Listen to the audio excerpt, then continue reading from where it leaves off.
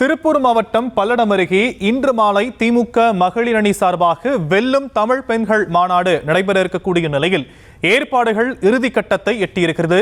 இது குறித்த விவரங்களை நேரலையில் வழங்குவதற்காக நம்முடைய செய்தியாளர் பூபதி இணைகிறார். அவரிடம் பேசலாம். பூபதி, இந்த மாநாட்டுக்கான ஏற்பாடுகள் எந்த அளவுக்கு செய்யப்பட்டிருக்கு? எவ்வளவு முக்கியத்துவம் வாய்ந்த மாநாடு இந்த மாநாடு திமுகவுக்கு? வணக்கம் ஷாம். அதாவது நம் திருப்பூர் மாவட்டத்தில் அந்த திமுகவின் மகளிர் மாநாடானது இன்று நடைபெறுகிறது. குறிப்பாக தமிழக சட்டப்பேரவை தேர்தலானது இன்னும் சில மாதங்களில் நடைபெறவுள்ள நிலையில் பல்வேறு கட்சிகளும் பொதுமக்களை சந்தித்து மாநாடு உள்ளிட்ட பல்வேறு பிரச்சாரங்களை தொடங்கியுள்ள சூழ்நிலையில் இன்றைய தினத்தை பொறுத்தவரை, அதாவது திருப்பூர், கோவை, நீலகிரி, ஈரோடு உள்ளிட்ட மேற்கு மண்டலத்தில் உள்ள இந்த முக்கியமான மாவட்டங்களில் தொடர்ந்து இருக்கக்கூடிய மகளிர்களுக்கான திமுக சார்பில் இந்த மாநாடானது உருவாக்க குறிப்பாக திமுக மாவட்ட கழகம், அதாவது 13 மாவட்ட கழகங்களை கொண்ட திமுக அமைப்பின் கட்சியின் சார்பாக 39 சட்டமன்ற தொகுதிகளை உள்ளடக்கிய அந்த பகுதியில் இருக்கக்கூடிய மகளிர்கள் இந்த மாநாட்டில் கலந்து கொள்ள உள்ளனர்.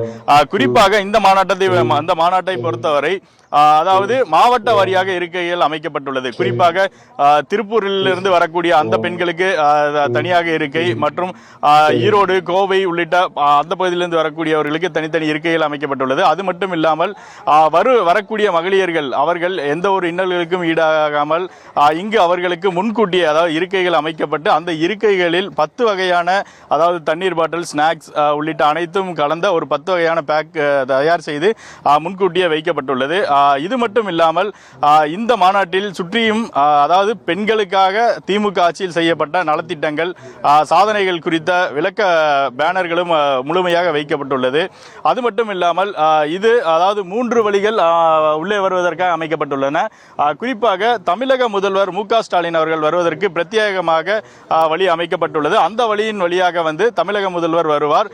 அவர் வரக்கூடிய இடத்தில் முழுமையாக வாழை மரங்கள் மற்றும் கரும்பு உள்ளிட்ட தோரணைகள் மூலமாக அவரை சிறப்பாக வரவேற்க கொடுப்பதற்காக மாவட்ட கழகத்தின் சார்பாக ஏற்பாடு செய்யப்பட்டுள்ளது.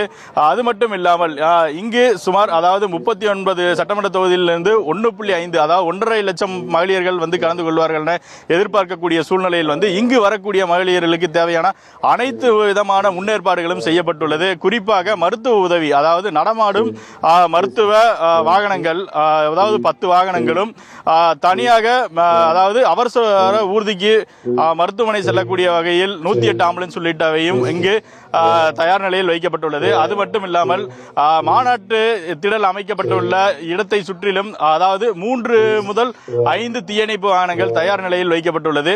அது மட்டும் இல்லாமல் மாநாட்டில் இருக்கக்கூடிய மகளிர் உள்ளிட்ட அனைவருக்கும் பாதுகாப்பு பணிகளுக்காக அதாவது மேற்கு மண்டல தலைவர், அதாவது மேற்கு மண்டல ஐஜி செந்தில்குமார் அவர்கள் தலைமையில் அதாவது 6 காவல் கண்காணிப்பாளர்கள் உட்பட 3000க்கும் மேற்பட்ட காவல்துறையினர் பாதுகாப்பு பணியில் ஈடுபட்டு உள்ளனர். தற்போதைய சூழலை பொறுத்தவரை இந்த மாநாட்டு திடலில் அதாவது இறுதிக்கட்ட பணிகளானது நடைபெற்று வருகிறது.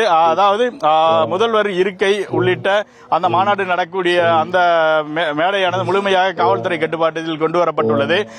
இந்த மகளிர் மாநாடு நடைபெறுவதை வந்திருக்கக்கூடிய அனைவரும் கண்டுகளிக்கும் விதமாக சுமார் 15க்கும் மேற்பட்ட LED திரைகள் அமைக்கப்பட்டுள்ளது. தொடர்ந்து காவல்துறை கட்டுப்பாட்டில் இந்த பகுதியானது வந்துள்ளது குறிப்பிடத்தக்கது.